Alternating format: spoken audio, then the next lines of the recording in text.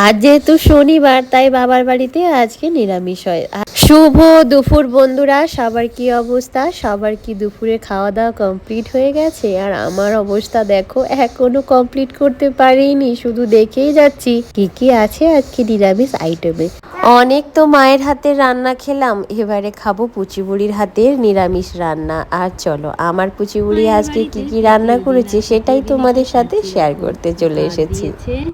আর রয়েছে বড়ার টক, এই দেখো বড়ার টক নিয়েছি, আর নিয়েছি শাক ভাজা, কলমি শাকের ভাজা, আর রয়েছে এই যে বড়া ভাজা, আর রয়েছে আলু পোস্ত। এই দেখো দারুণ খাবার দাবার, এই দিয়ে আজকে দুপুরের খাওয়া দাওয়াটা একদম জমে যাবে।